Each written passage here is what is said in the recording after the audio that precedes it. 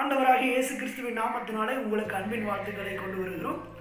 இந்த புதிய நாளை தந்த தேவாதி தேவனை நான் நன்றியோடு கூட ஸ்தோத்தரிக்கிறேன். பிரியமானவர்களே, இந்த நேரத்திலும் கூட என்னுடைய தலைப்பு என்னவென்றால், எனக்கு கேட்கறதுக்கு யாரில் நினைக்கிறீங்களா? இதாங்க என்னுடைய தலைப்பு.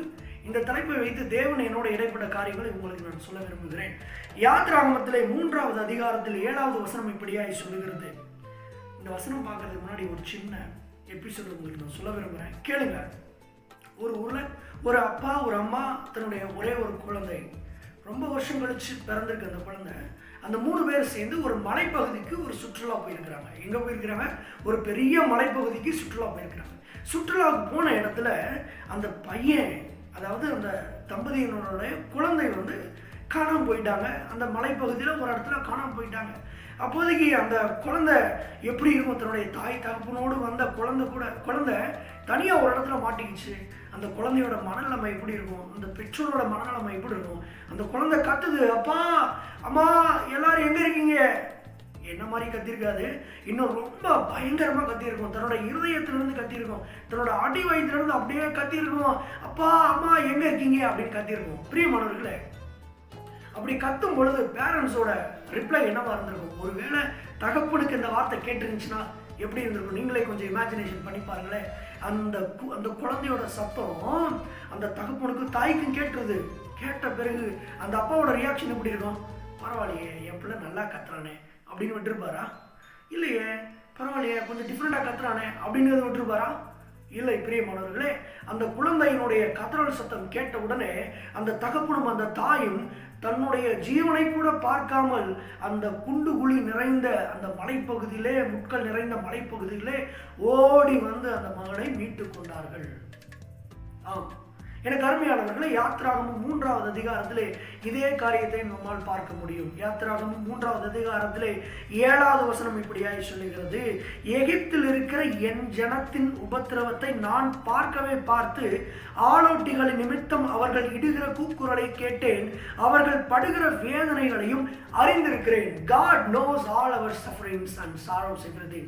தேவன் இப்படியாய் சொல்லுகிறார், எகிப்தில் இருந்த இஸ்ரவேல் ஜனங்கள் அடிமைப்படுத்தப்பட்டிருந்தார்கள். அந்த அடிமைப்படுத்தப்பட்டிருந்த ஜனங்கள் ஆளோட்டிகளின் நிமித்தம், வேலையின் சுமை நிமித்தம், அநேக பாடுகளின் நிமித்தம் அவர்கள் எப்படியாய் சத்தமிட்டிருப்பார்கள், அவர்கள் எப்படியாய் துன்பத்தின் நிமித்தம் கூக்குரலிட்டிருப்பார்கள். பிரியமானவர்களே, அந்த சத்தத்தை கேட்க மனிதர்களால் முடியவில்லை. ஆனால் அந்த சத்தத்தை கேட்க ஒரு தேவன் இருந்தார். அவரை இஸ்ரவேலின் தேவனாகிய கர்த்தர் பரத்திலிருந்து தன் ஜனங்கள் இடுகிற கூக்குரலை கேட்டார். பிரியமானவர்களே, இந்த இடத்துல தன் ஜனங்கள் இடுகிற கூக்குரலின் சத்தத்தை கேட்டதாக எழுதப்பட்டிருக்கிறது. அவர்கள் சிரித்திருக்கலாம், அவர்கள் சந்தோஷமாக கூட சில நிமிடங்கள் இருந்திருக்கலாம். ஆனால் அந்த சத்தம் தேவனுக்கு கேட்டதா இல்லையோ, ஆனால் அவர்கள் இடுகிற கூக்குரலின் சத்தம் தேவனை எட்டியது. எனக்கு அருமையானவர்களே, இந்த நாளிலும் தேவன் உங்களை பார்த்து சொல்லுகிறார், உங்களது கூக்குரல் அவருக்கு எட்டி இருக்கிறதாம்.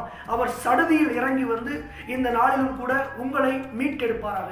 நீங்கள் எந்த சூழ்நிலையில் இருந்தாலும் உங்களது சூழ்நிலைகளை பார்க்கலும் நாம் ஆராதிக்கிற நம் தேவன் பெரியவர். அவர் நம்மை மீட்டெடுக்க வல்லவராய் இருக்கிறார். வசனம் இப்படியாய் சொல்லுகிறது, பார்க்கவே பார்த்து தேவனுடைய கண்கள் பார்க்கிறது. என்னையும் உங்களையும் நம் ஒவ்வொருவரையும் தேவனுடைய கண்கள் பார்க்கிறது. நாம் இடுகிற கூக்குரலை கேட்கிறது. அவரது காதுகள் நாம் இடுகிற கூக்குரலை கேட்கிறது. அதாவது பார்க்கிறது, கேட்கிறது. Then God has known. கடவுள் அறிந்திருக்கிறார். எதை அறிந்திருக்கிறார்? நம்மளுடைய கஷ்டங்களை எல்லாம் அறிந்திருக்கிறார். நாம் கடந்து வருகிற பாதைகள் மனிதரிடத்திலோ அல்லது உறவுகளிடத்திலோ அல்லது கணவன் மனைவியிடத்திலோ, மனைவி கணவனிடத்திலோ, பெற்றோர்கள் பிள்ளைகளிடத்திலோ நாம் ஒருவர் பகிர்ந்து கொள்ள முடியாத காரியங்களை கூட நம் தேவனாகிய கர்த்தர் அறிந்திருக்கிறார். எனவே நான் உங்களுக்கு இந்த இடத்திலும் கூட தேவனுடைய நாமத்தை கொண்டு சொல்லுகிறேன், உங்களது வாழ்வில் எந்த சூழ்நிலையில் நீங்கள் இருந்தாலும் தேவன் உங்களை காண்கிற தேவனாய் இருக்கிறார். He knows everything, whatever happens around you. உங்களை சுற்றிலும் என்ன நடந்தாலும் அவருக்கு தெரியும். அவர் உங்களுக்காக வாதாட இருக்கிறார். அவர் உங்களுக்காக யுத்தம் செய்ய இருக்கிறார். ஆண்டவர் சொல்லியிருக்கிறார், நீங்கள் சும்மா இருப்பீர்கள், நான் உங்களுக்காக யுத்தம் செய்வேன் என்று. இந்த 2025 உங்களது பிரச்சனைகளுக்காக உங்கள் தேவனாகிய கர்த்தர் யுத்தம் செய்வாராக. கண்களை மூடி செல்வோம். எங்கள் தேவனாகிய கர்த்தாவே, இந்த அருமையான வேத தியான நேரத்திலும் கூட இந்த காணொலியை பார்த்து கொண்டிருக்கிற ஒவ்வொரு சகோதர சகோதரிகளும் இயேசுவின் நாமத்தினாலே அப்பா விடுதலையாக்கும்படியாக ஜெபிக்கிறோம். ஆண்டவரே, எகிப்திலிருந்து உம்முடைய ஜனங்கள் இட்ட கூக்குரலை கேட்ட கர்த்தர் இந்த காணொலியை பார்த்து கொண்டிருக்கிற ஒவ்வொரு ஜனங்களுடைய கூக்குரலை கேட்டு அவர்களது எல்லா சூழ்நிலையிலும் அவர்களை விடுவிக்கும்படியாக நாங்கள் ஜெபிக்கிறோம். இயேசுவின் நாமத்தில் பிதாவே, ஆமென், ஆமென். கவலைப்படாதீங்க. நீங்கள் கூட அந்த கதையில கேட்ட மாதிரியான அந்த குழந்தை தொலைந்து போன அந்த குழந்தை போல நீங்கள் கதறலாம். ஆனால் உங்களது குரலை கேட்க தேவன் இருக்கிறார். அவர் உங்களை ஒரு நாள் கைவிட மாட்டார். இயேசு உங்களை ரொம்ப நேசிக்கிறார். May God bless you. Have a nice day.